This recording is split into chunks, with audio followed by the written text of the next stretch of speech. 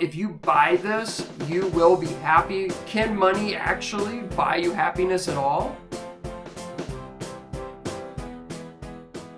So I've been watching some different videos. I forget the guy's name, but he has talked about happiness and how money can help people be happy and where money does not help people be happy. So we live in a world full of materialism. We, especially Americans, feel that if we just buy enough stuff, that we will become content and happy with our life situation. We also see many commercials that market to us that implicit message of, if you buy this, you will be happy, you will have lots of friends, you will get that guy or that girl's attention that you're looking for. So even our marketing system is pushing that you just need to get more stuff and you will be happy. But as we learn, being consumers and buying things over time, we learned that buying stuff really doesn't give us happiness. It might give us a short-term boost and we think, oh, this is the best thing ever, I'm so happy to have it. But usually within months or a year, we start to lose value for that item, whatever it was that we bought, and we're on to the next thing. This is how Apple can keep coming out with a new iPhone every single year. What are we on, iPhone 16 or 17? I don't even know. I'm not an iPhone user, so I'm Android. But regardless of that debate, the point is that they could just keep getting out new generations of the same thing. They don't even have to come up with a new name for it. It's just attach a number on the end of it, and people will buy it. And a lot of times it's the people that bought your phone last year, and now they're buying the new one this year. And it just shows that consumerism, that materialistic outlook on life, it's an empty feeling. It's going to bring you to an end that is not satisfying. So then the question is, can money actually buy you happiness at all? Well, I have found from listening to different videos and things like that, and also from my own personal experience, that there are a few cases where money can actually buy you happiness. And so we're going to go ahead and talk about a few of those cases right now.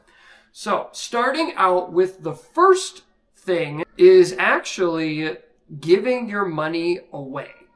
So donating to charities is a way to buy happiness. And I think the reason why is because it makes you feel fulfilled. It makes you feel like you are actually having an impact on the world around you. So specifically, they say in the studies that I've been reading, is that buying happiness through giving it away, giving your money away, is by you have to see the impact. So if you just give to, say, the United Way in a letter and then that's it and you forget about it, you're not really going to buy happiness by giving your money away.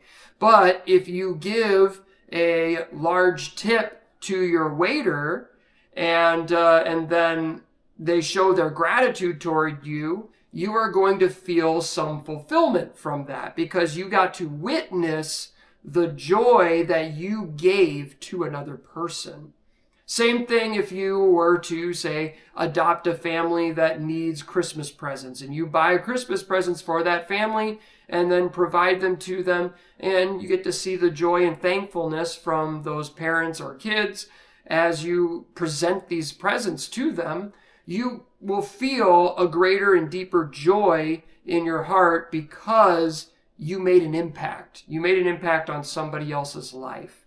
So if you want to buy happiness and a deeper satisfaction of you mean something to somebody else, then actually giving your money away will make you happier.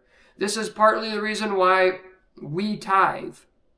So we're Christians, and the Bible talks about the Lord loves a cheerful giver. So not somebody who feels forced to give money to somebody else in order to help them, but a person who actually enjoys giving money to other people because they love to see the joy that it brings to other people. So even if you're a Christian, there's even Bible to back up giving money to others and getting joy out of it. The next thing that you can do with your money in order to buy happiness, according to these studies, is to buy experiences with others specifically. So that means going on vacations. That means buying food and hosting a party at your house. That means building a gingerbread house with some friends as you buy the materials for that and then bring them over. That is a movie night or whatever. Spending money to then create experiences that you will remember for the rest of your life is going to bring you happiness in a way that buying stuff will not. And it's because you have shared something with somebody else.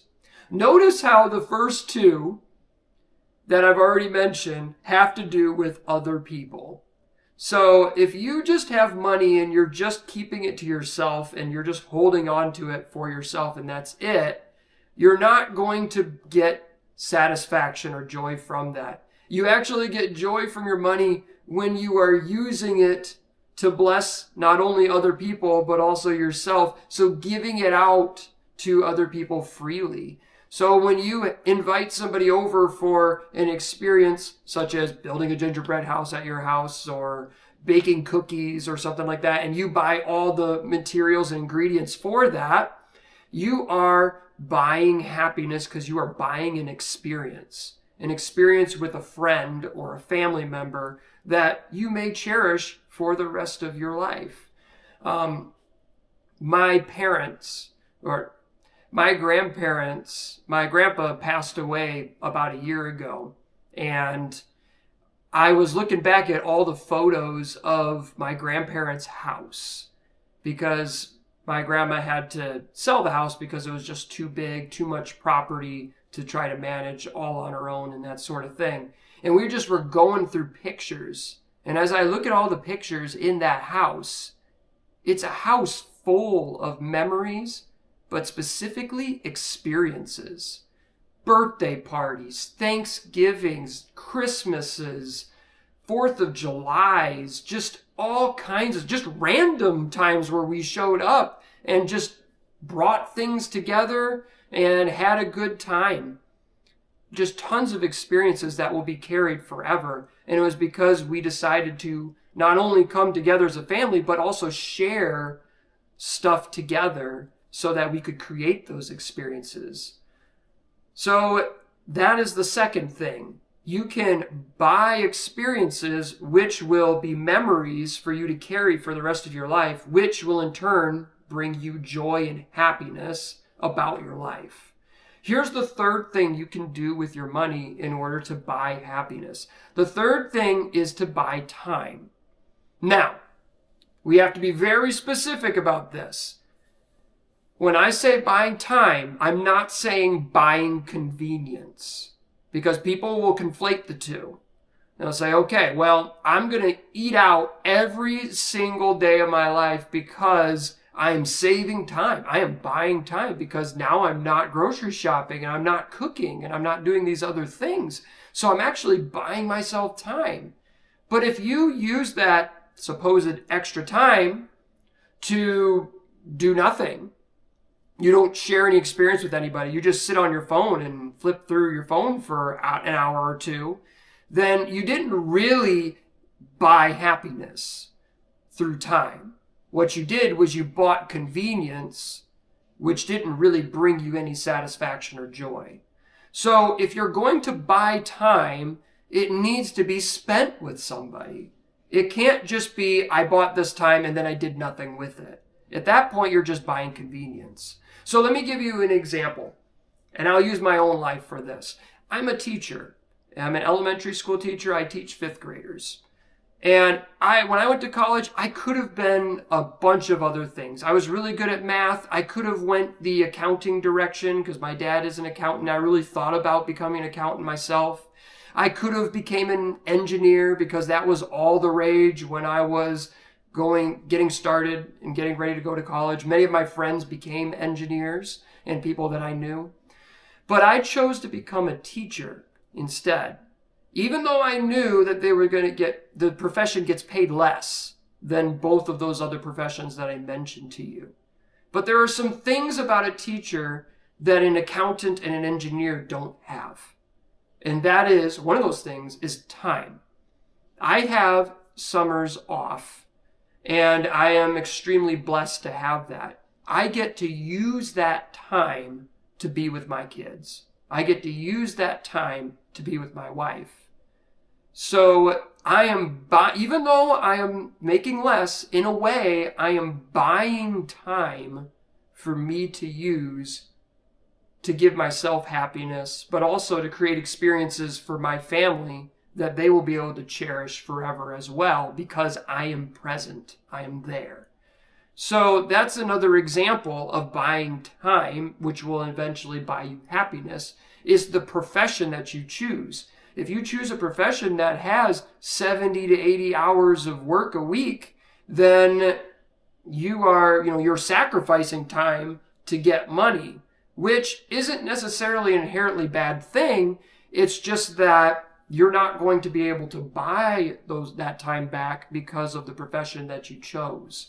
So, not to put any professions down or anything like that. I'm just using it as an example of how you can buy time. Here's another example that you can buy time. You got two jobs that have offered you their positions, right? And you're weighing them out. One of them is an hour one way driving and then an hour back. So 2 hours on the road.